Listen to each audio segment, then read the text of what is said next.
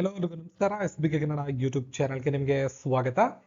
ಈ ವಿಡಿಯೋದಲ್ಲಿ ನಿಮಗೆ RRB ಗ್ರೂಪ್ ಡಿ ಹುದ್ದೆಗಳಿಗೆ ಅರ್ಜಿ ಸಲ್ಲಿಸತಕ್ಕಂಥ ಅಭ್ಯರ್ಥಿಗಳಿಗೆ ಅಧಿಕೃತವಾಗಿ RRB ಅವರು ಉತ್ತರಿಸಿರುವಂಥ 60 ಪ್ರಶ್ನೆ ಮತ್ತು ಉತ್ತರಗಳು ಇಂಗ್ಲಿಷ್ ಫಾರ್ಮ್ಯಾಟ್ ಅಲ್ಲಿ ಇದೆ. ಟೆಲಿಗ್ರಾಮ್ ಅಲ್ಲಿ ಪೋಸ್ಟ್ ಮಾಡಿದ್ದೀನಿ. ಬಟ್ ಬಹಳಷ್ಟು ಕ್ಯಾಂಡಿಡೇಟ್ಗಳಿಗೆ ಡೌಟ್ ಇರುತ್ತೆ, ಹಾಗಾಗಿ ಕನ್ನಡದಲ್ಲಿ ಅದನ್ನು ಉತ್ತರಿಸುವಂಥ ಪ್ರಯತ್ನವನ್ನ ಮಾಡ್ತೀನಿ.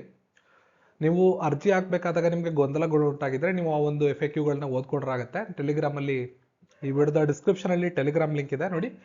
ನಮ್ದು 2 ಟೆಲಿಗ್ರಾಮ್ ಲಿಂಕ್ ಇದೆ, ಅಫಿಷಿಯಲ್ ಆಗಿ SBK ಕನ್ನಡ ಮತ್ತು ಏಕಲವ್ಯ ಅಂತ. ನೀವು ಎರಡಕ್ಕೂ ಜಾಯ್ನ್ ಆಗ್ಬೋದು. But Eklavya one vision one dream ಅನ್ನೋ ಟೆಲಿಗ್ರಾಮ್ ಗ್ರೂಪ್ ಏನಿದೆ ಅಲ್ಲಿ ನಿಮಗೆ RRB ಗ್ರೂಪ್ ಟಿಗೆ ಸಂಬಂಧಪಟ್ಟಿರುವಂತ ಯಾವುದೇ ಇನ್ಫಾರ್ಮೇಶನ್ ಬರ್ತಾ ಹೋಗುತ್ತೆ. ಇದನ್ನ ಹೊರತುಪಡಿಸಿ ಪೇಯ್ಡ್ ಗ್ರೂಪ್ ಕೂಡ ಇದೆ ನಮ್ಮ ಹತ್ರ. ಸೊ ಪೇಯ್ಡ್ ಗ್ರೂಪ್ ಇಲ್ಲಿ ನೋಡ್ತಿರ್ಬೋದು, RRB ಕನ್ನಡ 2025-26 ಅಂತ. ಈ ನೇಮಕಾತಿ ಮುಗಿಯೋವರೆಗೂ ನಿಮಗೆ ಹೆಚ್ಚಿನ ಮಾಹಿತಿಯನ್ನ, ಅಂದ್ರೆ ಇದೊಂದು ರೀತಿ ಟಿಪಿಕಲ್ ಕೋಚಿಂಗ್ ತರ ಅಲ್ಲ, ಬಟ್ ನಿಮ್ಗೆ ಇಂಪಾರ್ಟೆಂಟ್ ಆಗಿರೋ ಈ PDF ಮಾಹಿತಿಗಳನ್ನ ಗ್ರೂಪ್ ಅಲ್ಲಿ ಶೇರ್ ಮಾಡಿರ್ತೀವಿ. 99 ಪೇ ಮಾಡಿ ಈ ಗ್ರೂಪ್ ನೀವು ಜಾಯ್ನ್ ಆಗ್ಬೋದು. ಇದರಲ್ಲಿ ನಿಮಗೆ 6th ಇಂದ 12th ತನಕ NCERT ಪುಸ್ತಕಗಳಿರ್ಬೋದು, RRB ಎಕ್ಸಾಮ್ ಸಂಬಂಧಪಟ್ಟಂಗೆ ನಾವು ಮಾಡುವಂಥ ಕ್ಲಾಸ್ ನೋಟ್ಸ್ ಇರ್ಬೋದು, ಹಾಗೆ ಇಂಟರ್ನೆಟ್ ನಲ್ಲಿ ಅವೈಲೇಬಲ್ ಇರುವಂತಹ ಈಸಿಯೆಸ್ಟ್ ನೋಟ್ಸ್ಗಳು, ಜೊತೆಗೆ ಕನ್ನಡದಲ್ಲಿ ಸಾಧ್ಯವಾದಷ್ಟು ನೋಟ್ಸ್ಗಳನ್ನ ನಿಮಗೆ ಪ್ರೊವೈಡ್ ಮಾಡಕ್ಕೆ ಟ್ರೈ ಮಾಡ್ತೀನಿ. QR ಕೋಡ್ ಇಲ್ಲಿ ಕಾಣ್ತಾ ಇದೆ. ಇದಕ್ಕೆ ಪೇ ಮಾಡಿ 99 ಈ ವಿಡಿಯೋದ ಡಿಸ್ಕ್ರಿಪ್ಷನ್ ಅಲ್ಲಿ ಒಂದು ವಾಟ್ಸಪ್ ನಂಬರ್ ಇದೆ. 2 ನಂಬರ್ಗಳು ಬೇರೆ ಬೇರೆ. ನೀವು ಪೇ ಮಾಡಬೇಕಾಗಿರೋ ನಂಬರ್ ಬೇರೆ, ನೀವು ಸೆಂಡ್ ಮಾಡಬೇಕಾಗಿರೋ ನಂಬರ್ ಬೇರೆ, ಎರಡನ್ನ ತಿಳ್ಕೊಳ್ಳಿ. ಅದಕ್ಕೆ QR ಕೋಡ್ ಇಲ್ಲಿ ಆಡ್ ಮಾಡಿದ್ದೀನಿ. ನಿಮಗೆ ಗೊತ್ತಾಗ್ಲಿಲ್ಲ ಅಂದ್ರೆ ವಾಟ್ಸಪ್ ನಂಬರ್ ಇದೆ ಡಿಸ್ಕ್ರಿಪ್ಷನ್ ಅಲ್ಲಿ, ಕಾಂಟ್ಯಾಕ್ಟ್ ಮಾಡಿ ಹೆಚ್ಚಿನ ಡೀಟೇಲ್ಸ್ ಕೊಡ್ತೀವಿ. ಇದಕ್ಕೆ ಜಾಯ್ನ್ ಆಗ್ಬೋದು. ಇದು ಆಪ್ಷನಲ್, ಜಾಯ್ನ್ ಆಗ್ಲೇಬೇಕು ಅಂತ ಏನೂ ಇಲ್ಲ. ಇದು ನಿಮ್ಮ ಇಚ್ಛೆ, ನಿಮ್ಮ ಅಭಿಪ್ರಾಯ, ನಿಮಗೆ ಬಿಟ್ಟಿದ್ದು. ಯಾರು ಫೋರ್ಸ್ ಮಾಡ್ತಾ ಇಲ್ಲ ನಾನು ಯಾರು ಜಾಯ್ನ್ ಆಗಿ ಅಂತ. ಬಟ್ ಜಾಯ್ನ್ ಆದವ್ರಿಗೆ ನಾವು ಎಸೆನ್ಷಿಯಲ್ ನೋಟ್ಸ್ಗಳನ್ನ ಸಾಧ್ಯವಾದಷ್ಟು ಪ್ರೊವೈಡ್ ಮಾಡಕ್ಕೆ ಟ್ರೈ ಮಾಡ್ತೀವಿ. ಓಕೆನಾ? ಇದನ್ನ ಬಿಟ್ಟು ನಿಮಗೆ ಫ್ರೀ ನೋಟ್ಸ್ಗಳು ಬೇಕು ಅಂದ್ರೆ 2 ಟೆಲಿಗ್ರಾಮ್ ಚಾನಲ್ಗಳು ಮೊದಲೇ ಹೇಳಿದ್ನಲ್ಲ, ಅಲ್ಲಿಗೆ ಜಾಯ್ನ್ ಆಗಿ ಅಲ್ಲಿ ನಿಮಗೆ ಫ್ರೀ ಆಗಿರೋ ನೋಟ್ಸ್ಗಳು ಬರ್ತಾ ಹೋಗ್ತವೆ. ಈಗ ಫ್ರೀಕ್ವೆಂಟ್ಲಿ ಆಸ್ಕ್ಡ್ ಕ್ವಶನ್ಸ್ FAQ ಅಂತ ಕರಿತೀವಿ. ಸಾಮಾನ್ಯವಾಗಿ ರೈಲ್ವೆಗಳಲ್ಲಿ ಅರ್ಜಿ ಹಾಕ್ಬೇಕಾದ್ರೆ ಸಣ್ಣ ಪುಟ್ಟ ವಿಚಾರಗಳು ಅಭ್ಯರ್ಥಿಗಳನ್ನ ತೊಂದರೆಗೊಳಿಸ್ತವೆ. ಅರ್ಜಿ ಹಾಕ್ಬೇಕಾದಾಗ ಸಣ್ಣ ಸಣ್ಣ ವಿಷಯಗಳು ತೊಂದರೆ ಆಗ್ತವೆ. ಕೆಲವೊಂದು ಸಣ್ಣ ಪುಟ್ಟ ಡೌಟ್ ಬರ್ತವೆ. ಮೊಬೈಲ್ ನಂಬರ್ ಇರ್ಬೋದು, ಸರ್ಟಿಫಿಕೇಟ್ ಇರ್ಬೋದು, ಅಪ್ಲೈ ಮಾಡಬೇಕಾದಾಗ ಸೀರಿಯಲ್ ನಂಬರ್ ಅಂತ ಬರುತ್ತೆ, ಅದಿರ್ಬೋದು. ಹೀಗೆ ಹಲವಾರು ವಿಷಯಗಳಲ್ಲಿ ತೊಂದರೆಗೊಳಗಾಗ್ತಾರೆ ಅಂತ ಹೇಳಿ ರೈಲ್ವೆ ಅವರೇ ಒಂದು ಸಾಮಾನ್ಯವಾಗಿ ಬರುವಂತಹ ತೊಂದರೆಗಳ ಸಲುವಾಗಿ ಪ್ರಶ್ನೆ ಮತ್ತು ಉತ್ತರಗಳನ್ನ ತಯಾರು ಮಾಡಿ ನಿಮಗೆ ಕೊಡ್ತಾರೆ.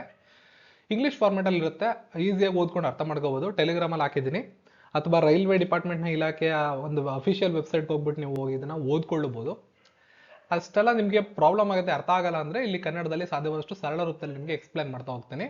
ವಿಡಿಯೋನ ಕೊನೆ ತನಕ ನೋಡಿ. ಮೊದಲನೇದಾಗಿ, what is the opening date of the application? ನೋಡಿ, ಈ ಅಧಿಸೂಚನೆ ಮುಗಿಯೋವರೆಗೂ ನೀವು ಒಂದನ್ನು ನೆನಪಲ್ಲಿ ಇಟ್ಕೋಬೇಕು. ಈ number CEN number 08/2024, CEN number 08/2024 ಅನ್ನೋದು RRB ಗ್ರೂಪ್ ಡಿ ಯ ಅಧಿಸೂಚನೆಯ ಸಂಖ್ಯೆ ಆಗಿರುತ್ತೆ. ಇದನ್ನ ನೀವು ಈ ನೇಮಕಾತಿ ಮುಗಿಯೋವರೆಗೂ ನೆನಪಲ್ಲಿ ಇಟ್ಕೋಬೇಕು. ಮೊದಲನೇದು. ಓಕೆನಾ?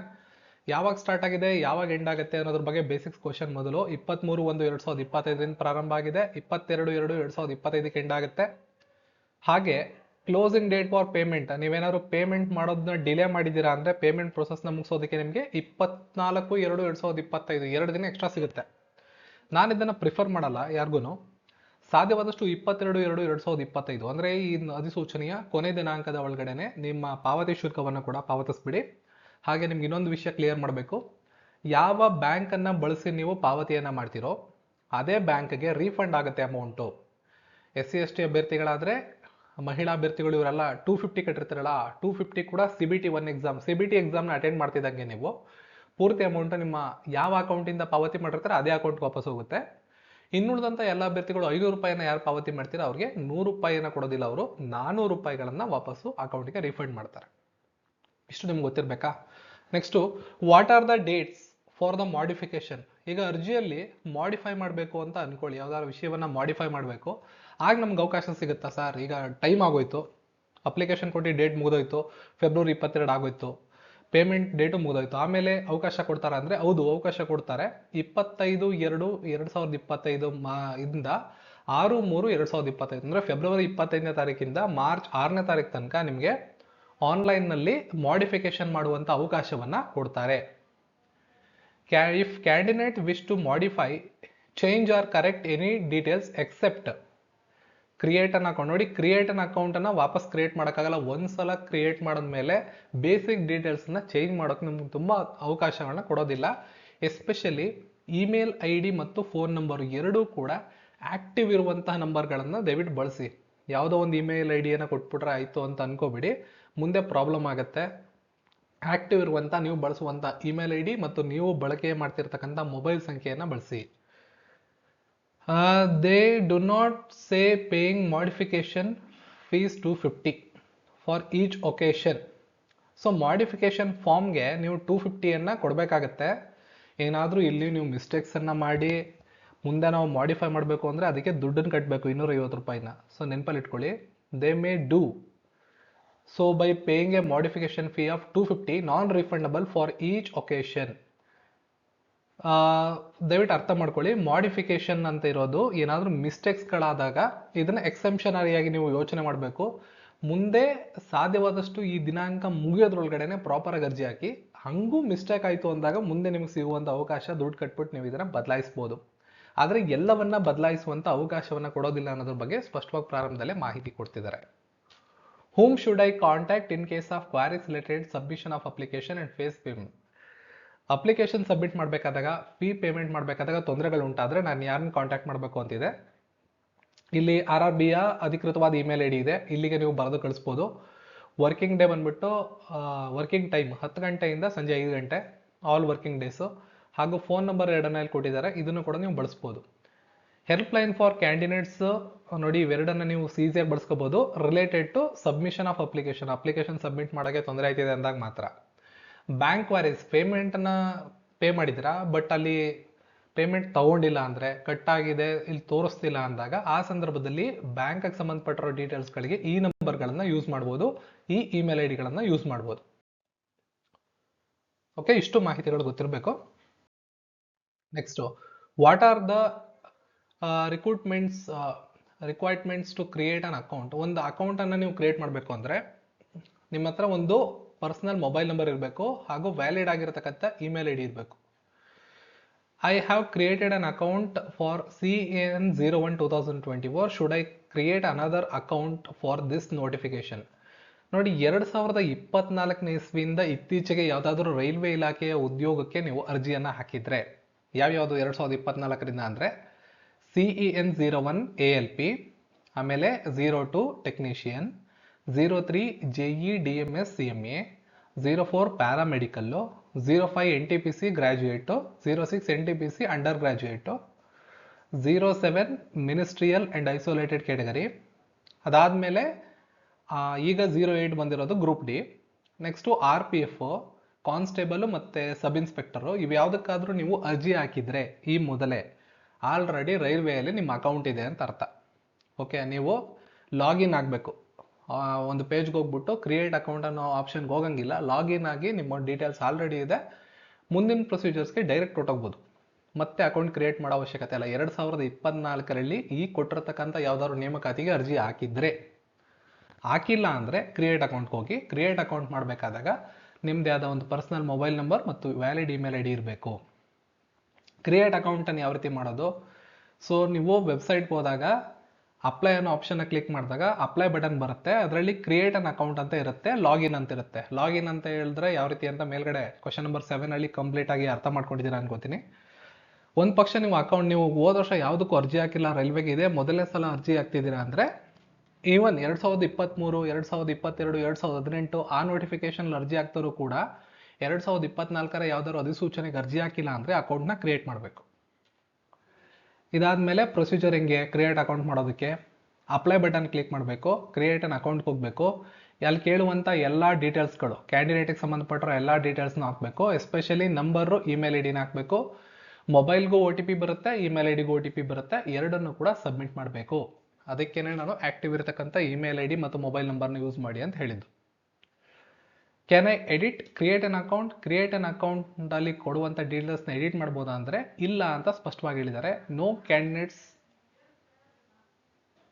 Cannot edit any details of the create account. ಕ್ರಿಯೇಟ್ ಅಕೌಂಟಲ್ಲಿ ಕೊಡುವಂಥ email I D, phone number, ಯಾವುದೇ ಮಾಹಿತಿಯನ್ನು ನೀವು ಎಡಿಟ್ ಮಾಡೋಕ್ಕಾಗಲ್ಲ. ನೀವು ಇದನ್ನು ನೆನಪಲ್ಲಿಟ್ಕೊಳ್ಳಿ. ನೆಕ್ಸ್ಟ್ ಪ್ರೊಸೀಜರ್ ಏನು? ಹೋಮ್ ಪೇಜ್ಗೆ ಹೋದ್ರಿ, ಅಪ್ಲೈ ಟ್ಯಾಬ್ ಮೇಲೆ ಕ್ಲಿಕ್ ಮಾಡಿದ್ರಿ, ಆಲ್ರೆಡಿ ಹ್ಯಾವ್ ಎನ್ ಅಕೌಂಟ್. ನಾನು ಆಲ್ರೆಡಿ ಹೇಳಿದ್ನಲ್ಲ ಕ್ವಶನ್ ನಂಬರ್ 7, ನಿಮ್ಮ ಹತ್ರ ಆಲ್ರೆಡಿ ಹ್ಯಾವ್ ಎನ್ ಅಕೌಂಟ್ ಇದ್ದರೆ ನೀವು sign up to your account ಅಂತ ಕ್ಲಿಕ್ ಮಾಡಿ ಹೋಗ್ಬೋದು. ಇಲ್ಲ ಅಂತ ಹೇಳಿದ್ರೆ ನೀವು ಕ್ರಿಯೇಟ್ ಅನ್ ಅಕೌಂಟ್ ಇದಕ್ಕೆ ಹೋದರೆ ಪರ್ಸನಲ್ ಡೀಟೇಲ್ಸ್ ಇರುತ್ತೆ, other details, educational qualification, upload documents, preference and preview submit ಇಷ್ಟು ಇರುತ್ತೆ. ನೀವು ಮೊದಲನೇ ಸಲ ಅಕೌಂಟ್ನ ಕ್ರಿಯೇಟ್ ಮಾಡಿದಾಗ ಪರ್ಸನಲ್ ಡೀಟೇಲ್ಸ್ನ ಫಿಲ್ ಮಾಡಬೇಕು. ಮೊದಲು ನಿಮ್ಮ ಸಂಪೂರ್ಣ ಮಾಹಿತಿ, ಹೆಸರಿರ್ಬೋದು, ತಂದೆ ಹೆಸರು, ತಾಯಿ ಹೆಸರು, ಅಲ್ಲಿ ಕೇಳುವಂತಹ ಸಂಪೂರ್ಣ ಮಾಹಿತಿಯನ್ನು SSLC ಅಂಕಪಟ್ಟದ ಆಧಾರದ ಮೇಲೆ ಹೆಸರುಗಳನ್ನು ಎಲ್ಲೇ ಯಾವ ರೀತಿಯೇ ಬರ್ಸಿದ್ರು ನಿಮ್ಮ ಡೇಟ್ ಆಫ್ ಬರ್ತು, ನಿಮ್ಮ ಹೆಸರು, ತಂದೆ ಹೆಸರು, ತಾಯಿ ಹೆಸರನ್ನ SSLC ಅಂಕಪಟ್ಟಿಯಲ್ಲಿ ಯಾವ ರೀತಿ ಇರುತ್ತೋ ಅದೇ ರೀತಿ ಫಿಲ್ ಮಾಡಬೇಕು. ಮುಂದೆ ಪ್ರಾಬ್ಲಮ್ ಆಗುತ್ತೆ ಡಾಕ್ಯುಮೆಂಟ್ ವೆರಿಫಿಕೇಷನ್ ಟೈಮಲ್ಲಿ.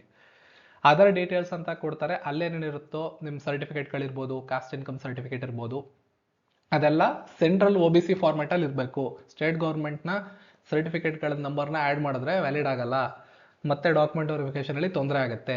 ಈ ನೋಟಿಫಿಕೇಷನ್ನ ಕೊನೆ ದಿನಾಂಕ ಏನಿದೆ 22 ಫೆಬ್ರವರಿ, ಅಲ್ಲಿವರೆಗೆ ಸಾಧ್ಯವಾದರೆ ಸೆಂಟ್ರಲ್ ಗೌರ್ಮೆಂಟ್ನ ಸರ್ಟಿಫಿಕೇಟ್ನ ಮಾಡಿಸ್ಕೊಂಡು ನೀವು ಅಪ್ಲೈ ಮಾಡ್ಬೋದು.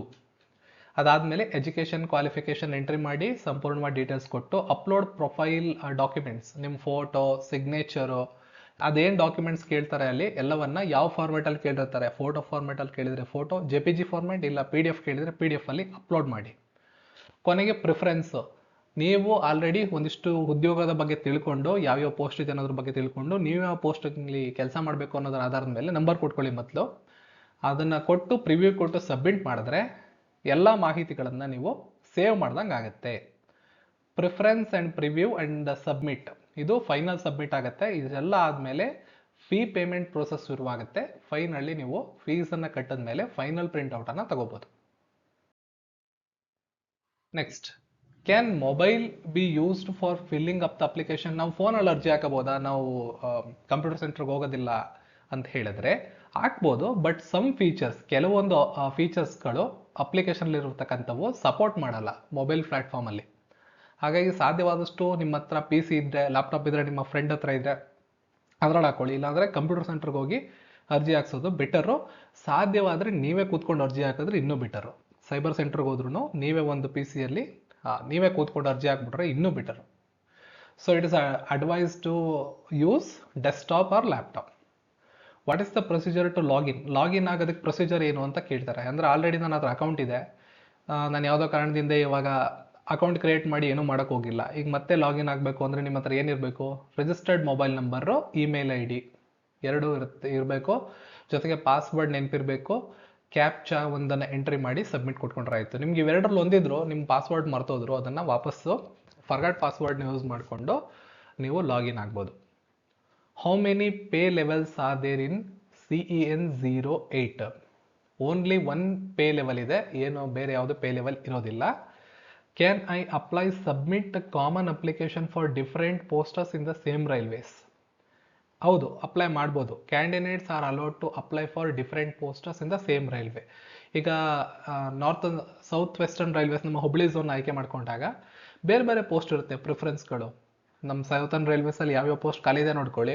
ನೀವು ಯಾವುದ್ರ ಮೇಲೆ ತುಂಬ ಆಸೆ ಇಟ್ಕೊಂಡಿದ್ದೀರ ಅನ್ನೋದನ್ನು ಮಾರ್ಕ್ ಮಾಡಿ ಇಟ್ಕೊಳ್ಳಿ. ಮೊದಲೇ ಮಾರ್ಕ್ ಮಾಡಿ ಇಟ್ಕೊಂಡು ಪೋಸ್ಟ್ ಪ್ರಿಫರೆನ್ಸ್ ಮೊದಲ 4 ಪೋಸ್ಟ್ಗಳು ನೀವು ಆಸೆ ಪಟ್ಟ ಪೋಸ್ಟ್ಗಳಾಗಿರಲಿ, ನಿಮ್ಮ ಆಸೆಗನುಗುಣವಾಗಿ ಇಳಿಕೆ ಕ್ರಮದಲ್ಲಿ ಬರ್ಕೊಳ್ಳಿ. ಮೊದಲನೇ ಪೋಸ್ಟ್ ಇದು ಬೇಕಲೇಬೇಕು ಅನ್ನೋದು ಒಂದು, ಅದಾದರೆ ಒಂದು ಪಕ್ಷ ಅದು ಸಿಗಲಿಲ್ಲ ಅಂದರೆ ಎರಡನೇದು, ಅದು ಸಿಗಲಿಲ್ಲ ಅಂದರೆ ಮೂರನೇದು, ಈ ರೀತಿಯಾಗಿ ನೀವು ನೋಟ್ ಮಾಡಿಕೊಂಡು ಪ್ರಿಫರೆನ್ಸನ್ನು ಕೊಡ್ಕೋಬೇಕು.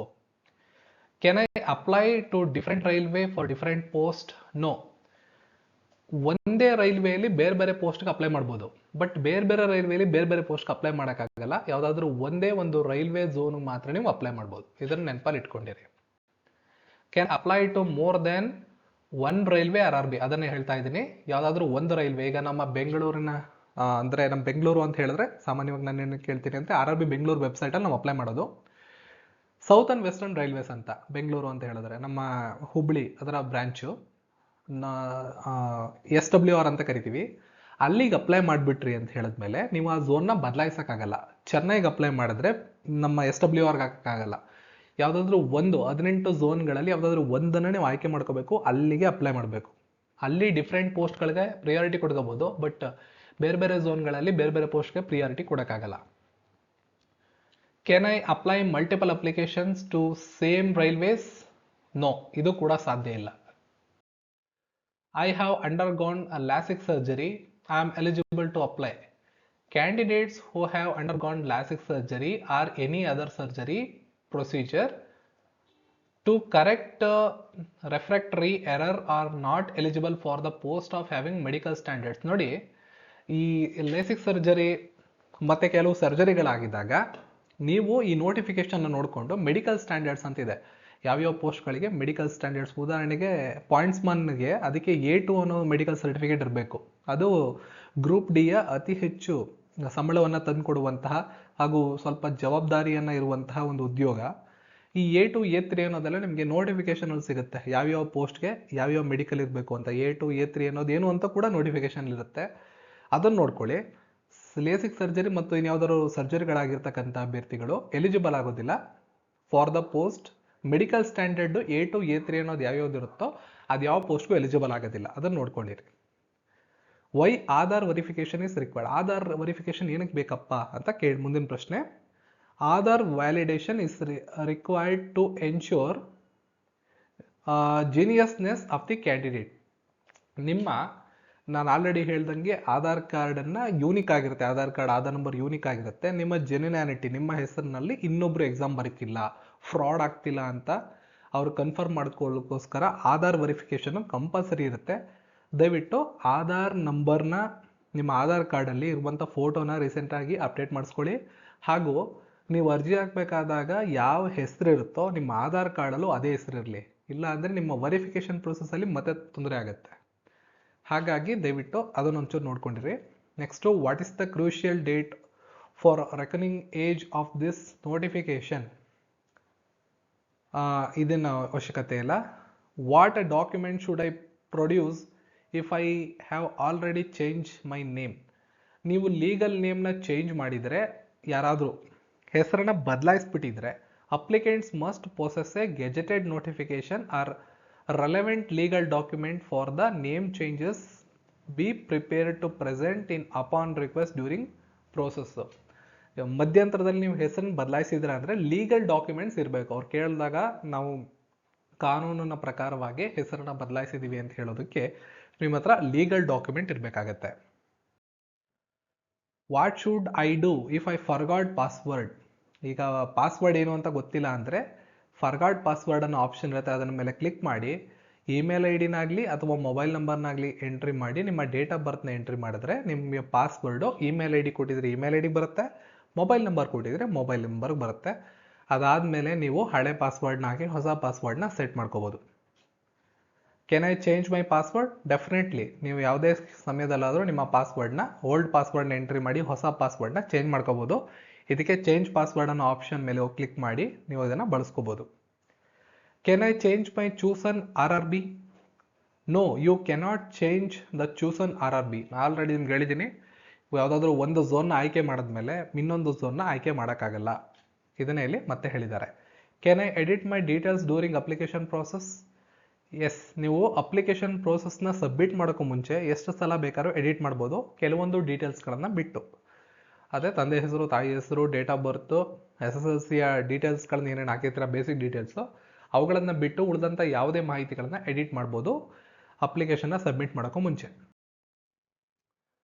Who are eligible for free travel authority? ರೈಲ್ವೆಯ ಫ್ರೀ ಪಾಸ್ಗಳು ಎಕ್ಸಾಮ್ ಬರೆಯೋದಕ್ಕೆ ಯಾರಿಗೆ ಸಿಗುತ್ತೆ ಅಂತ ಮುಂದಿನ ಪ್ರಶ್ನೆ. Schedule caste and schedule tribe. ಇದು ಎಕ್ಸಾಮ್ ಅನೌನ್ಸ್ ಆದಾಗ ನಿಮಗೆ ಒಂದು ಇನ್ಫಾರ್ಮೇಷನ್ ಕೊಡ್ತಾರೆ, ಫ್ರೀ ಟ್ರಾವೆಲ್ ಪಾಸ್ ಯಾವ ರೀತಿ ಸಿಗುತ್ತೆ. SC ST ಅಭ್ಯರ್ಥಿಗಳು ಇದರ ಅನುಕೂಲವನ್ನು ಪಡ್ಕೋಬೋದು. ಫಾರ್ಮ್ ಫಿಲ್ ಮಾಡಬೇಕಾದ್ರೆ SC ST ಅಭ್ಯರ್ಥಿಗಳಾದರೆ ಒಂದು ಅಪ್ಲಿಕೇಶನಲ್ಲಿ ನೀವು ಈ ಒಂದು ಫಾರ್ಮ್ನ, ಫ್ರೀ ಟ್ರಾವೆಲ್ ಪಾಸ್ನ ಬೇಕು ಅಂತ ಕೊಟ್ಕೊಂಡಿರ್ಬೇಕಾಗತ್ತೆ ಅಷ್ಟೇ. ಸೊ ನಿಮಗೆ ಫ್ರೀ ಟ್ರಾವೆಲ್ ಪಾಸು ಸಿಗುತ್ತೆ SC ST ಅಭ್ಯರ್ಥಿಗಳಾಗಿದ್ದರೆ. How can I receive free travel pass? In case of eligible SC ST candidates, their city intimation slip and e-call letter itself will contain the free travel pass.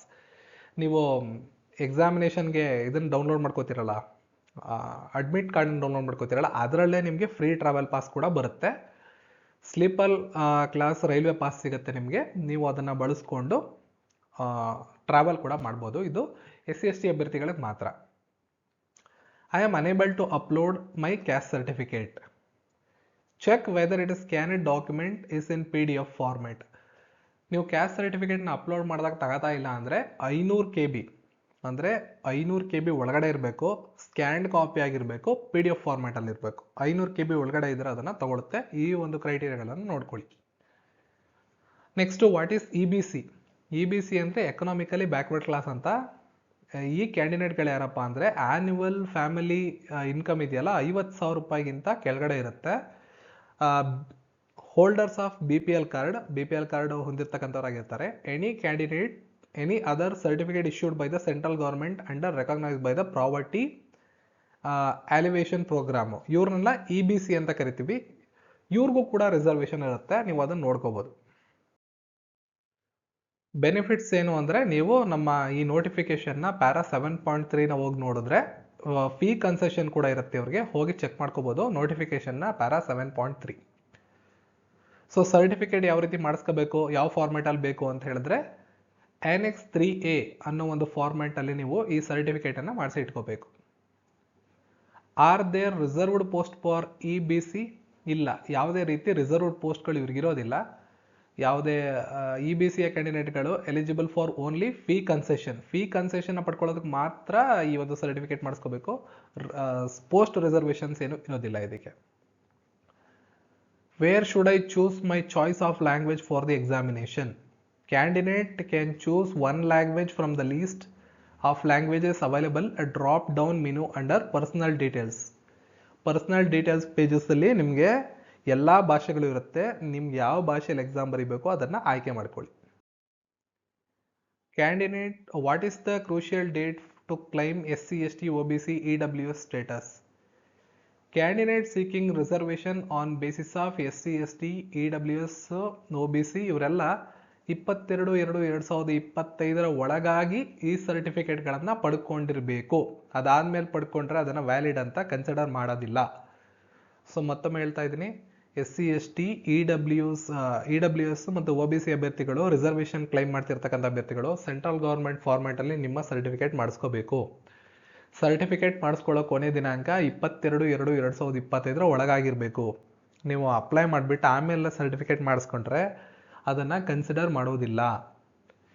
What are the criteria for allowing reservation under EWSನ reservation ಏನಾದ್ರು ತಿಳ್ಕೋಬೇಕು ಅಂದರೆ ನಮ್ಮ ನೋಟಿಫಿಕೇಶನ್ನ para 8.7 ಹೋಗಿ ನೋಡಿ. ಯಾರ್ಯಾರಿಗೆ fee concession ಇದೆ? Fee concession ಅಂದರೆ ನೀವು ದುಡ್ಡು ಕಟ್ಟಬೇಕು, 250 ಕಟ್ಟಬೇಕು, ಬಟ್ ನಿಮ್ಗೆ ವಾಪಸ್ ಬಂದ್ಬಿಡುತ್ತೆ ರಿಫಂಡು. ಯಾರಿಗೆ ಬರುತ್ತೆ? SC ST ಅವ್ರಿಗೆ ಬರುತ್ತೆ, ex service man, PWBD, female ಕ್ಯಾಂಡಿಡೇಟ್ಗಳು, ಟ್ರಾನ್ಸ್ಜೆಂಡರ್ಸ್, ಮೈನಾರಿಟೀಸ್ ಮತ್ತು ಎಕನಾಮಿಕಲಿ ಬ್ಯಾಕ್ವರ್ಡ್ ಕ್ಲಾಸ್, ಇವ್ರಿಗೆ ಫೀ ರಿಲ್ಯಾಕ್ಸೇಷನ್ ಕೂಡ ಇರುತ್ತೆ. ನೀವು 250ನ ಕಟ್ಟಿ ಎಕ್ಸಾಮ್ ಬರೆದಾಗ ನಿಮಗೆ ರೀಫಂಡ್ ಆಗುತ್ತೆ. I am currently serving in armed forces, can I apply as N ex service man? ನೀವು ಅಪ್ಲೈ ಮಾಡ್ಬೋದು. ಆರ್ಮಡ್ ಫೋರ್ಸಸಲ್ಲಿ ಕೆಲಸ ಮಾಡ್ತಿರೋರು ಎಕ್ಸ್ ಸರ್ವಿಸ್ ಮ್ಯಾನ್ ಕೋಟಾದಲ್ಲಿ ಅಪ್ಲೈ ಮಾಡ್ಬೋದಾ ಅಂತ ಪ್ರಶ್ನೆ. ಅಪ್ಲೈ ಮಾಡ್ಬೋದು. ಇವರು ಪ್ಯಾರಾ 10.0 to 10.5 ಈ ಒಂದು ಡೀಟೇಲ್ ನೋಟಿಫಿಕೇಶನ್ನ ಇದನ್ನು ನೋಡಿದ್ರೆ ಸಂಪೂರ್ಣವಾದ ಮಾಹಿತಿ ಸಿಗುತ್ತೆ. I have already secured civil employment as an ex service man. Am I eligible for ex service man benefits? So ಇದನ್ನು ಬೇಕಾದವರು ಸೇಮ್ ಈ ಒಂದು ಪ್ಯಾರಾಗ್ರಾಫನ್ನು ಹೋಗಿ ಚೆಕ್ ಮಾಡ್ಕೋಬೋದು. ನೆಕ್ಸ್ಟು ಇವ್ರಿಗೆ ಸಂಬಂಧಪಟ್ಟಿರೋಂಗೆ ಇದು ಎಕ್ಸ್ ಸರ್ವಿಸ್ ಮ್ಯಾನ್ಗೆ ಸಂಬಂಧಪಟ್ಟಿರುವಂತಹ ಮಾಹಿತಿಗಳು. ಇದು ಎಕ್ಸ್ ಸರ್ವಿಸ್ ಮ್ಯಾನ್ಸ್ ಇದ್ದರೆ ಈ ಒಂದು ಪ್ಯಾರಾಗ್ರಾಫಲ್ಲಿರುವಂತಹ ಕ್ವಶನ್ ನಂಬರ್ 40, 41, 42ನೆಲ್ಲ ನೋಡ್ಕೊಳ್ಳಿ. PWD ಕ್ಯಾಂಡಿಡೇಟ್ಗಳು ಕೂಡ ನೋಡ್ಕೊಳ್ಳಿ. ಇನ್ನು PWD ಕ್ಯಾಂಡಿಡೇಟ್ಸ್ ಆದರೆ ಪ್ಯಾರಾ 11ರಿಂದ 11.8 ಪಾಯಿಂಟ್ ಇದೆಯಲ್ಲ, 11ರಿಂದ 11.8 ನೀವು ಹೋಗಿ ಚೆಕ್ ಮಾಡ್ಕೋಬೋದು. ನೆಕ್ಸ್ಟ್ ಬಹಳ ಇಂಪಾರ್ಟೆಂಟ್ ಆಗಿರ್ತಕ್ಕಂಥದ್ದು ನೋಡ್ಕೊಂಡಿರಿ.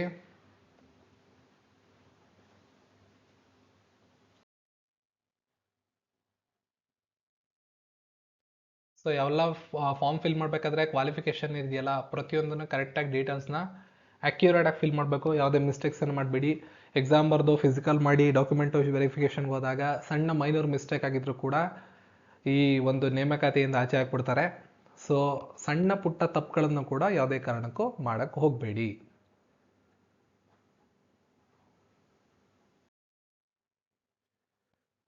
So what should be the size of the documents, ಇದು important. Next caste certificate PDF ಫಾರ್ಮೆಟಲ್ಲಿ ಇರಬೇಕು, 500 KB ಒಳಗಡೆ ಇರಬೇಕು. ಇದಾದಮೇಲೆ ಒಂದು ಫೋಟೋಗ್ರಾಫ್ ಬೇಕಾಗುತ್ತೆ, JPEG ಫಾರ್ಮೆಟಲ್ಲಿ ಇರಬೇಕು, 50 KB ಇಂದ 100 KB ಒಳಗಡೆ ಇರಬೇಕು. ಸ್ಕ್ಯಾನ್ ಮಾಡಿರುವಂಥ ನಿಮ್ಮ ಸಿಗ್ನೇಚರ್ ಮಾಡಿರುವಂಥ ಒಂದು ಇದನ್ನು ಸ್ಕ್ಯಾನ್ ಮಾಡ್ಕೊಳ್ಳಿ, JPG ಫಾರ್ಮೆಟಲ್ಲಿ ಇರಬೇಕು, 30 ರಿಂದ 50 KB ಒಳಗಡೆ ಇರಬೇಕು. ಇವೆಲ್ಲವನ್ನ ಅಪ್ಲೋಡ್ ಪ್ರೊಫೈಲ್ ಡಾಕ್ಯುಮೆಂಟ್ಸಲ್ಲಿ ನೀವು ಅಪ್ಲೋಡ್ ಮಾಡಿ. ಇಂಪಾರ್ಟೆಂಟ್ ಆಗಿರೋದು ಕ್ಯಾಸ್ಟ್ ರಿಸರ್ವೇಷನ್ ಕೇಳೋರು ಕ್ಯಾಸ್ಟ್ ಸರ್ಟಿಫಿಕೇಟ್ನ PDF ಫಾರ್ಮೆಟಲ್ಲಿ ರೆಡಿ ಮಾಡ್ಕೊಳ್ಳಿ, 500 KB ಒಳಗಡೆ ಇರಲಿ. ಫೋಟೋ ಬಂದ್ಬಿಟ್ಟು ನಿಮಗೆ JPG ಫಾರ್ಮ್ಯಾಟಲ್ಲಿ 50 KB ಇಂದ 100 KB, ಸಿಗ್ನೇಚರು 30 KB ಇಂದ 50 KB JPG ಫಾರ್ಮ್ಯಾಟ್. ಸೊ ಯಾವ ರೀತಿ ಪೇ ಮಾಡ್ಬೋದು? ಆನ್ಲೈನ್ ಮೂಲಕ ಮಾತ್ರ ಪೇ ಮಾಡ್ಬೋದು. ನೀವು ನೆಟ್ ಬ್ಯಾಂಕಿಂಗ್ ಯೂಸ್ ಮಾಡ್ಬೋದು, ಕ್ರೆಡಿಟ್ ಕಾರ್ಡ್ ಯೂಸ್ ಮಾಡ್ಬೋದು, ಡೆಬಿಟ್ ಕಾರ್ಡ್ ಯೂಸ್ ಮಾಡ್ಬೋದು, ಬೇಡ ಅಂದರೆ UPI ಸರ್ವಿಸ್ ಕೂಡ ಇದೆ, ಅದನ್ನು ಯೂಸ್ ಮಾಡ್ಬೋದು. Processing charges and GST as applicable are chargeable from the candidates in additional. Processing charge ಮತ್ತು GSTನ ಕ್ಯಾಂಡಿಡೇಟ್ಸಿಂದನೇ ವಸೂಲಿ ಮಾಡ್ತೀವಿ ಅಂತ ಹೇಳ್ತಿದ್ದಾರೆ. What is the fee that I have to remit? ಇದನ್ನು ನೀವು ಪ್ಯಾರಾ 7.0 ನೋಡ್ಕೋಬೋದು. ಆಲ್ರೆಡಿ ಇದ್ರ ಬಗ್ಗೆ ತುಂಬ ಹೇಳಿದ್ದೀನಿ.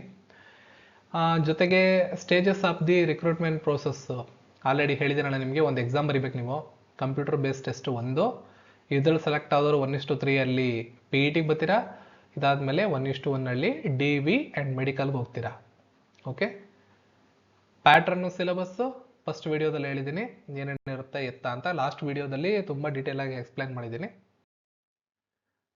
ನೆಗೆಟಿವ್ ಮಾರ್ಕಿಂಗ್ ಇರುತ್ತಾ? ಹೌದು, 1/3 ನೆಗೆಟಿವ್ ಮಾರ್ಕಿಂಗ್ ಇರುತ್ತೆ. ಪ್ರತಿ ತಪ್ಪು ಉತ್ತರಕ್ಕೆ 0.33 ಅಂಕಗಳನ್ನು ಕಳೀತಾರೆ. Should I provide the order of preference for all posters for which I am eligible? Yes, ನೀವು ಪ್ರಿಫರೆನ್ಸ್ ಕೊಡಬೇಕಾದ್ರೆ ಎಲ್ಲ ಪೋಸ್ಟನ್ನು ಆಯ್ಕೆ ಮಾಡ್ಕೊಳ್ಳಿ. ನಿಮ್ಗೆ ಯಾವ್ದು ತುಂಬ ಇಂಟ್ರೆಸ್ಟ್ ಇದೆಯೋ ಅದನ್ನು ಫಸ್ಟ್ ಕೊಟ್ಕೊಳ್ಳಿ, ಸೆಕೆಂಡ್, ಥರ್ಡ್, ಫೋರ್ತ್, ಹಂಗೆ ನಿಮ್ಗೆ ಯಾವ್ದು ಬೇಡ ಅದನ್ನು ಲಾಸ್ಟಲ್ಲಿ ಇಡಿ ಅಷ್ಟೇ. How do I know my application is finally submitted? Final acceptance of online application will happen only after receiving confirmation of the fee payment. ನೀವೆಲ್ಲವನ್ನ ಫಿಲ್ ಮಾಡಿ ಫೀಸನ್ನು ಕಟ್ಟಲಿಲ್ಲ ಅಂದರೆ ಇದು ವ್ಯಾಲಿಡ್ ಆಗಲ್ಲ. ಈಗಲೂ ಹೇಳ್ತಾ ಇದ್ದೀನಿ, SC ಕ್ಯಾಂಡಿಡೇಟ್ಗಳು, ಫಿಮೇಲ್ ಕ್ಯಾಂಡಿಡೇಟ್ಗಳು ಇವರೆಲ್ಲರೂ ಫೀ ಕನ್ಸೆಷನ್ ಇದೆ, ಬಟ್ ನೀವು 250 ಕಟ್ಟಬೇಕು. 250 ಕಟ್ಟಿದ ಮೇಲೆ ನಿಮಗೆ ಕಂಪ್ಲೀಟ್ ಆಗಿ ಅಮೌಂಟ್ ರೀಫಂಡ್ ಆಗುತ್ತೆ. ಯಾವಾಗ ಎಕ್ಸಾಮ್ ಬರೆದಾಗ. ಫೀಸ್ ಕಟ್ಟಂಗಿಲ್ಲ ಅಂತಲ್ಲ, ಮೊದಲು ಫೀಸ್ ಕಟ್ಟಬೇಕು, ಎಕ್ಸಾಮ್ ಅಟೆಂಡ್ ಮಾಡ್ಬೇಕು ನೀವು, ಆಮೇಲೆ ನಿಮಗೆ ಫುಲ್ ರಿಫಂಡ್ ಆಗುತ್ತೆ. ಉಳಿದಂಥ ಅಭ್ಯರ್ಥಿಗಳಿಗೆ 500 ಕಟ್ತಿರಲ್ಲ ಅವ್ರಿಗೆ 400 ರಿಫಂಡ್ ಆಗುತ್ತೆ. ಬಟ್ ಅಪ್ಲಿಕೇಶನ್ ಎಲ್ಲ ಫಿಲ್ ಮಾಡಿ ಯಾವುದೇ ಕಾರಣಕ್ಕೂ ನೀವು ಫೀಸ್ ಕಟ್ಟಲಿಲ್ಲ ಅಂದರೆ ನಿಮ್ಮ ಅಪ್ಲಿಕೇಶನ್ ವ್ಯಾಲಿಡ್ ಅಲ್ಲ. ಸೊ ನೀವು ಅಪ್ಲಿಕೇಶನ್ ಹಾಕಿದ್ದೀರಾ ಅಂತ ಅದು ಬರೋದಿಲ್ಲ. ನಿಮ್ಗೆ ಹೆಂಗೆ ಕನ್ಫರ್ಮ್ ಆಗುತ್ತೆ?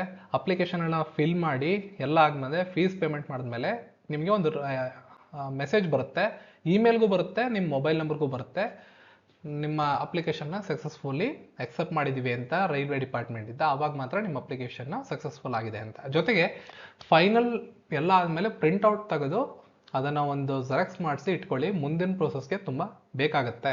ಕಾನ್ಫಿಡೆಂಟ್ ಇರ್ತಕ್ಕಂಥ ಅಭ್ಯರ್ಥಿಗಳು, ಯಾರು ಈ ಜಾಬ್ನ ತಗೋತೀನಿ ಅಂತ ಅಂದ್ಕೊಂಡಿದ್ದೀರೋ ಅಭ್ಯರ್ಥಿಗಳು ಪ್ರಿಂಟ್ ತೆಗೆದು ಇದನ್ನು ಒಂದು ಫೈಲಲ್ಲಿ ಜೋಪಾನವಾಗಿ ಇಟ್ಕೊಳ್ಳಿ. ಇನ್ case of rejection of my application will the fee be paid me refunded ಅಂತ ಕೇಳಿದ್ದಾರೆ. ಅಂದರೆ ಅಪ್ಲಿಕೇಶನ್ ಒಂದು ಪಕ್ಷ ರಿಜೆಕ್ಟ್ ಆದರೆ, ಇದು ತುಂಬ rare case scenario application reject ಆಗೋದು, ಫೀಸ್ ವಾಪಸ್ ಕೊಡ್ತಾರಾ ಅಂದರೆ ಇಲ್ಲ. No refund of fee will be made on account of rejection of application. Application reject ಆದರೆ ಯಾವುದೇ ಕಾರಣಕ್ಕೂ ನಿಮ್ಮ ಹಣವನ್ನು ವಾಪಸ್ ಕೊಡೋದಿಲ್ಲ. Can I take the printout of the application? ಹೌದು, ಖಂಡಿತವಾಗ್ಲೂ ನೀವು ಇದನ್ನು ಎಲ್ಲ ಸಬ್ಮಿಟ್ ಮಾಡಿ ಎಕ್ಸಾಮ್ ಫೀಸ್ ಕಟ್ಟಿದ ಮೇಲೆ ಫೈನಲಿ ಒಂದು ಪ್ರಿಂಟ್ಔಟನ್ನು ತೆಗೆದಿಟ್ಕೊಳ್ಳೋದು ಅನಿವಾರ್ಯ, ಅವಶ್ಯಕತೆ ಕೂಡ ಹೌದು. ಸೊ ಇಷ್ಟೆಲ್ಲ ಆದಮೇಲೆ ಈ ಗ್ರೂಪ್ ಡಿ ಪರೀಕ್ಷೆಯ ಮುಂದಿನ ವಿಡಿಯೋಗಳು ನಿಮಗೆ Eklavya one vision one dream ಅನ್ನೋ ಯೂಟ್ಯೂಬ್ ಚಾನಲಲ್ಲಿ ಸಿಗ್ತಾ ಹೋಗ್ತವೆ. ಇಲ್ಲೂ ಅಪ್ಲೋಡ್ ಮಾಡ್ತೀನಿ. ಸಾಧ್ಯವಾದಷ್ಟು ಇದು NTPC ಸಂಬಂಧಪಟ್ಟಿರೋ ವಿಡಿಯೋಗಳನ್ನು ಇಲ್ಲಿ ಅಪ್ಡೇಟ್ ಮಾಡ್ತೀನಿ. ಗ್ರೂಪ್ ಡಿದು ನಮ್ಮ ಏಕಲವ್ಯ ಚಾನಲಲ್ಲಿ ಅಪ್ಡೇಟ್ ಮಾಡ್ತೀನಿ. ಎಲ್ಲರೂ ಸಬ್ಸ್ಕ್ರೈಬ್ ಮಾಡಿಕೊಂಡು ಸಪೋರ್ಟ್ ಮಾಡಿ ಅಂತ ಹೇಳ್ತಾ ಸಿಗೋಣ ಮತ್ತೊಂದು ವಿಡಿಯೋ. ಎಲ್ರಿಗೂ ಧನ್ಯವಾದಗಳು.